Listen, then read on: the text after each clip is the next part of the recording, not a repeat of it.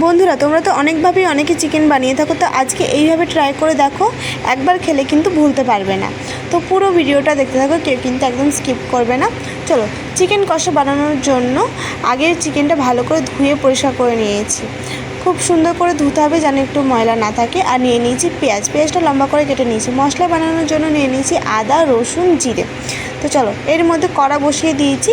কড়াটা ভালো করে গরম হয়ে গেলে দিয়ে দিচ্ছি সরিষার তেল। সরিষার তেলটা ভালো করে গরম করে নিতে হবে। সরিষার তেলটা ভালো করে গরম হয়ে গেছে, ফোড়নের জন্য দিয়ে দিলাম গোটা শুকনো লঙ্কা, তেজপাতা আর জিরে। চলো, ফোড়নটা একটু ভালো করে ভেজে নিতে হবে, লাল লাল করে, স্মেলটা যেন ভালো আসে। তো ভাজা হয়ে গেছে, এবার দিয়ে দিচ্ছি কেটে রাখা পেঁয়াজ। কেটে রাখা পেঁয়াজটা দিয়ে দিলাম, একটু নাড়াচাড়া করে নেব। পেঁয়াজটা কিন্তু লো টু মিডিয়ামে রেখে ভেজে নিতে হবে। আমি এইভাবে ভেজে নেব। আজকে রান্নাটা কিন্তু আমার হাজব্যান্ড বানাচ্ছে, আমি নই।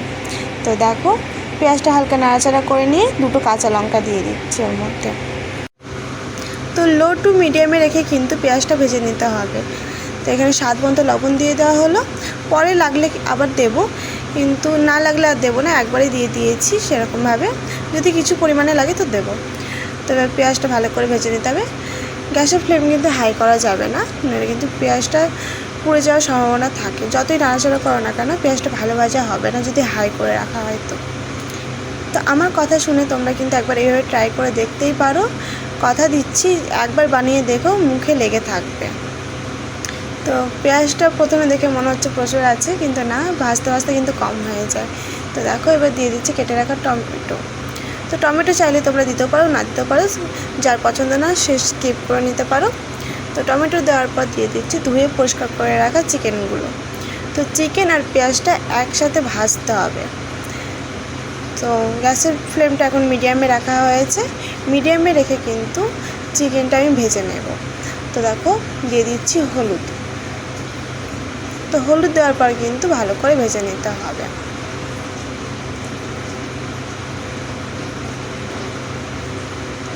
চিকেন বানাতে একটু টাইম লাগে যেহেতু, তো সেরকম টাইম নিয়ে করে নিতে হবে। কিন্তু দেখো, এখানে চিকেনটা প্রায় ভাজা ভাজা হয়ে আসছে।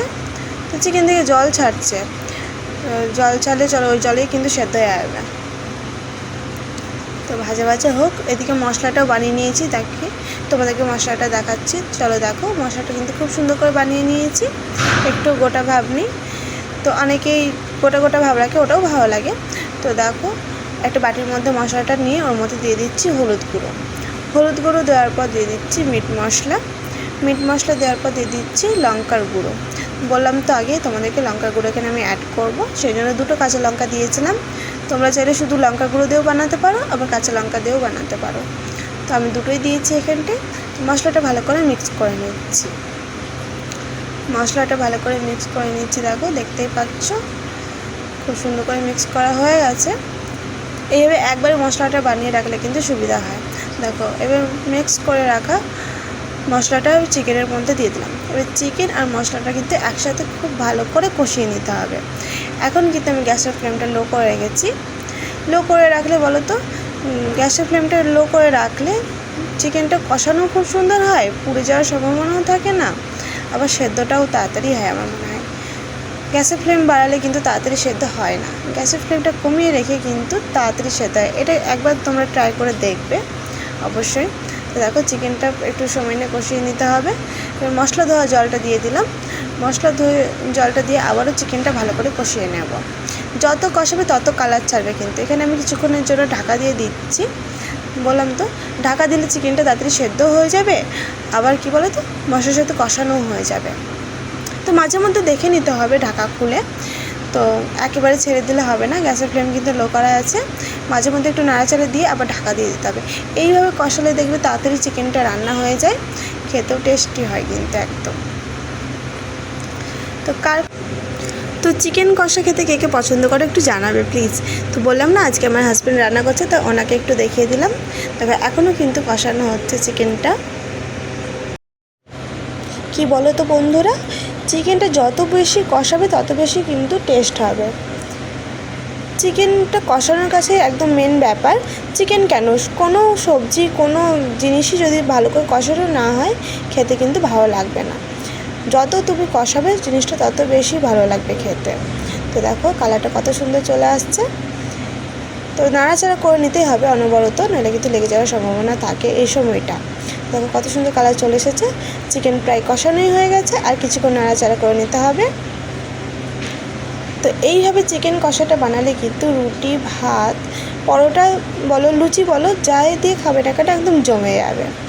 তো দেখো পরিমাণ মতো জল দিয়ে দিলাম। আমি এখানে বেশি ঝোল করবো না, চিকেন কষাটা একটু কষা কষা রাখবো, সেজন্য অল্প পরিমাণে জল দিয়েছি। তোমরা চাইলে জলটা বেশিও দিতে পারো, যারা একটু ঝোল বেশি খাও। তো এখানে কিছুক্ষণের জন্য ঢাকা দিয়ে রেখে দেবো। প্রায় তো সেদ্ধ হয়ে গেছে আগে, আর কিছুক্ষণ লাগবে সেদ্ধ হতে। তো দেখো ঢাকাটা খুলে নিয়েছি, এবার একটু নাড়াচাড়া করে নিচ্ছি। দেখো কতটা লোভনীয় লাগছে দেখতে, জাস্ট একবার দেখো। আমার তো জিভে জল চলে আসছে, তোমাদেরকে তো বলছি। তো দেখো এবার কিন্তু আমি কেটে রাখা ধনেপাতা দিয়ে দেবো। তোমরা চাইলে কিন্তু ধনেপাতা না দিতেও পারো, যার যার পছন্দ শেষে দেবে, আর না পছন্দ হলে দেবে না। তো কেটে রাখা ধনেপাতাটা দিয়ে দিচ্ছি। দেখো কেটে রাখা ধনেপাতাটা দেওয়ার পর দিয়ে দিচ্ছি গুঁড়ো গরম মশলা। তো গুঁড়ো গরম মশলাটা কিন্তু আমি নিজেই বানিয়ে থাকি, নতুন বন্ধুদের জানিয়ে রাখছি। পুরনো বন্ধুরা তো আমার সবই জানে, তো নতুন বন্ধুদের জন্য জানিয়ে রাখলাম। তো এটা আমি ঘরেই বানিয়ে রাখি। তো একদম কমপ্লিট রান্না। এবার গ্যাসের ফ্লেমটা কিন্তু বন্ধ করে নামিয়ে নেব। তো আজকে রান্নার ভিডিওটা তোমাদের কেমন লাগলো অবশ্যই জানাবে, আর আমার হাজব্যান্ড কেমন রান্না করেছে এটা কিন্তু অবশ্যই বলবে। তোমাদের একটা লাইক, শেয়ার, কমেন্ট আমাকে আরও উৎসাহ করে নতুন নতুন ভিডিও নিয়ে আসার জন্য। তো সবাই ভালো থেকো, সুস্থ থেকো, আবারও দেখাবে অন্য কোনো ভিডিওতে। সবাইকে ধন্যবাদ। ওকে।